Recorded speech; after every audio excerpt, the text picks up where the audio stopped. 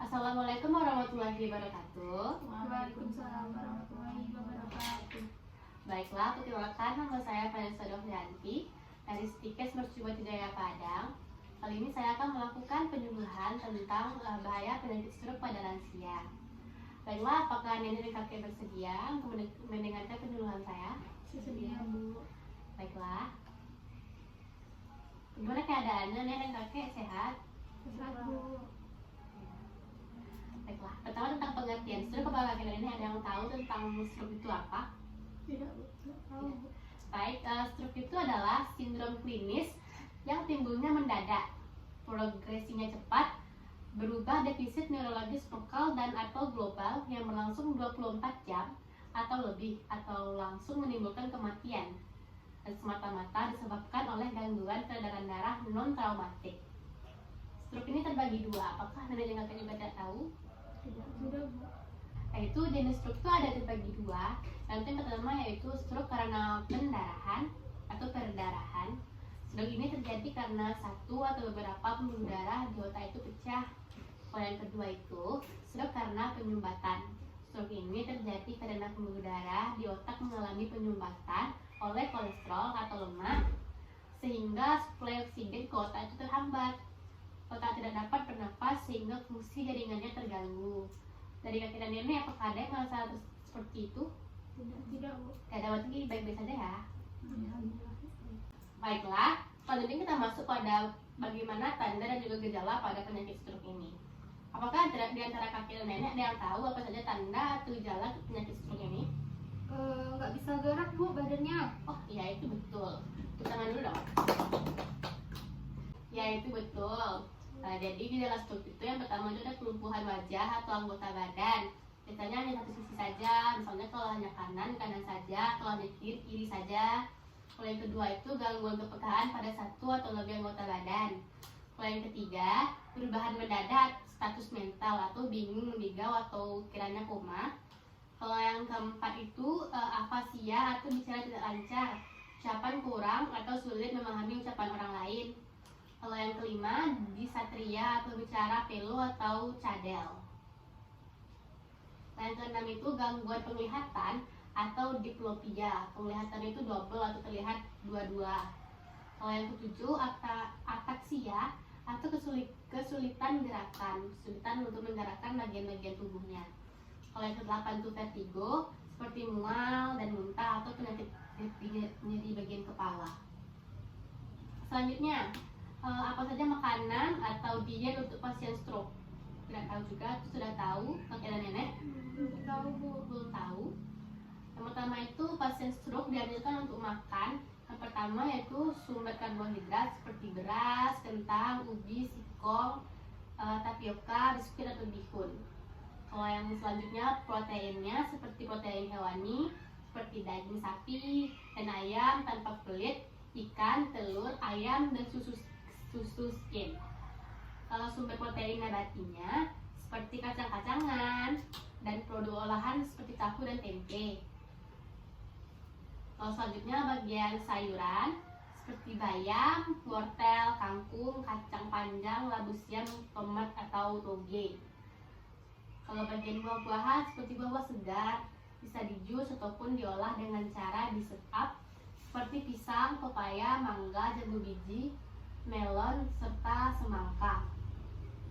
Kalau sumber lemaknya seperti minyak jagung dan minyak kedelai, margarin dan mentega dalam jumlah terbatas, dan santan encer. Nenek kakek sudah makan seperti yang saya sebutkan tadi? Sudah sebagian, Bu. Sudah sebagian kan?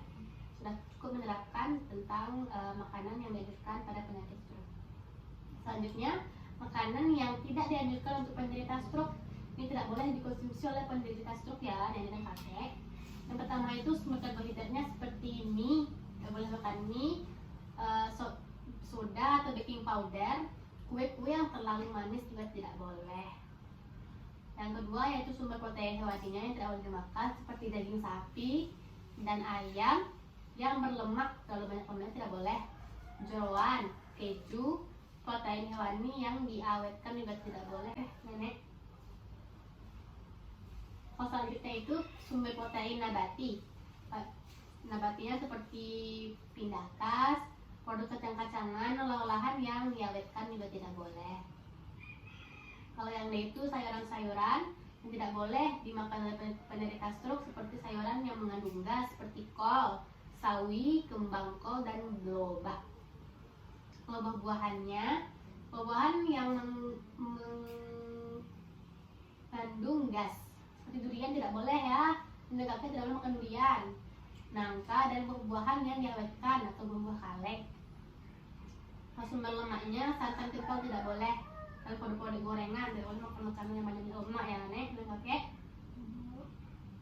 sudah tahu ya sekarang makanan tidak boleh atau yang boleh dikonsumsi oleh penderita stroke, jadi jangan dimakan ya kan nenek kakek. Jadi kita masuk pada penata laksanaan stroke. Kalau nenek kakek terjadi penyakit stroke, ini yang akan kakek nenek lakukan pertama kali. Pertama yaitu pada saat terjadi serangan, stroke merupakan suatu kegawat daruratan medis. Pengodeman stroke hanya 3-6 jam, sehingga penata laksanaannya cepat, tepat, dan cermat berperan besar dalam menentukan hasil akhir pengobatan. Deteksi dini stroke dapat dilakukan dengan FAS atau FAS, yaitu perinciannya. Kalau FAS ini wajah, yaitu untuk meminta pasien untuk senyum, melihat apakah salah satu sisi wajahnya turun. Coba ibu terlihat senyum, senyum kayak. Kalau yang kedua itu ada arch atau lengan, minta pasien mengangkat kedua lengan, lihat apakah salah satu lengan tidak bisa diangkat. Coba angkat lengannya nenek kakek, bisa ya? Bisa Bu. Kalau yang selanjutnya yaitu speech atau berbicara, minta pasien bicara, perhatikan apakah ucapannya pelan atau tidak jelas. Coba apa bicara nek? Saya. Kakek coba bicara. Saya. Ya, tidak terganggu ya.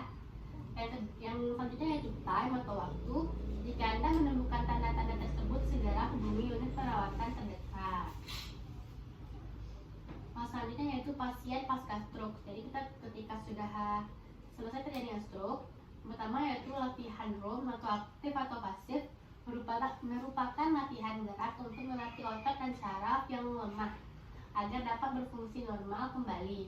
Latihan gerak aktif yang dilakukan oleh pasien sendiri, sedangkan latihan gerak pasif atau otot pasien digerakkan oleh orang lain. Yang kedua yaitu memonitor tekanan darah secara rutin. Yang ketiga minum obat sesuai anjuran dokter. Yang keempat melakukan diet rendah garam dan rendah lemak. Yang kelima melakukan olahraga sesuai kondisi. Baiklah kakek dan nenek, dari tadi penyebaran stroke sudah saya jelaskan apa yang dapat kakek dan nenek tangkap. Saya mau jawab Bu. Apa tuh? Makanan yang tidak boleh dikonsumsi Bu, seperti makanan yang berminyak ataupun makanan yang berlemak Bu, tidak boleh Bu. Iya betul sekali. Lalu kalau gitu, apakah kakek dan nenek ada mempunyai pertanyaan mengenai penyakit stroke ini? Saya mau tanya Bu, Ya. kalau stroke itu bisa sembuh nggak Bu penyakitnya Bu? Ya tentunya bisa ya. Tapi waktu pemulihan setelah stroke itu dapat berbeda-beda di setiap orangnya, mulai dari beberapa minggu, beberapa bulan, hingga beberapa tahun. Beberapa orang dapat pulih sepenuhnya, beberapa orang juga dapat memiliki kecacatan yang menetap bahkan hingga seumur hidupnya. Jadi bisa cacat setelah sembuh tuh bisa cacat, dan juga setelah sembuh tuh bisa sembuh total, seperti itu ya nenek. Ya, setelah itu kita tidak ada pertanyaan? Tidak ada. Baiklah, hanya sekian duluan dari saya. Saya ada sedikit oleh-oleh nih buat nenek kakek untuk dibaca-baca di rumah mengenai penyakit stroke ini ya. Kasih Bu. Dibaca. Jadi terima kasih buat kakek nenek sudah menyempatkan waktunya untuk mendengarkan penyuluhan dari saya. Dan sekian dari saya. Assalamualaikum warahmatullahi wabarakatuh. Waalaikumsalam warahmatullahi wabarakatuh.